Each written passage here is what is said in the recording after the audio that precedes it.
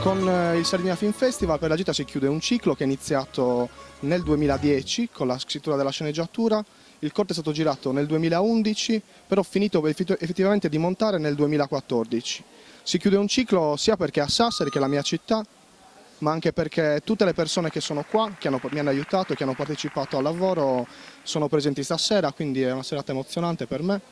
E ringrazio il Sardinia Film Festival per questa possibilità. Fare cinema attualmente è un hobby, nel senso che non c'è nessun tipo di guadagno, è una cosa che uno fa per pura passione, nel senso che non c'è lavoro reale nel cinema in Sardegna. La gita è un corto basato, liberamente ispirato agli Innocenti di Gipi, che è un fumetto ambientato nella litoranea di Pisa.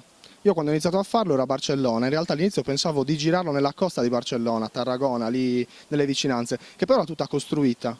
Cioè lì hanno l'abitudine di avere la ferrovia e poi subito gli edifici. Quindi da lì è nata l'idea di venire a cercare le location in Sardegna e per farlo ho girato la Sardegna in macchina cercando strade litoranee non battute, diciamo, comunque in terra battuta.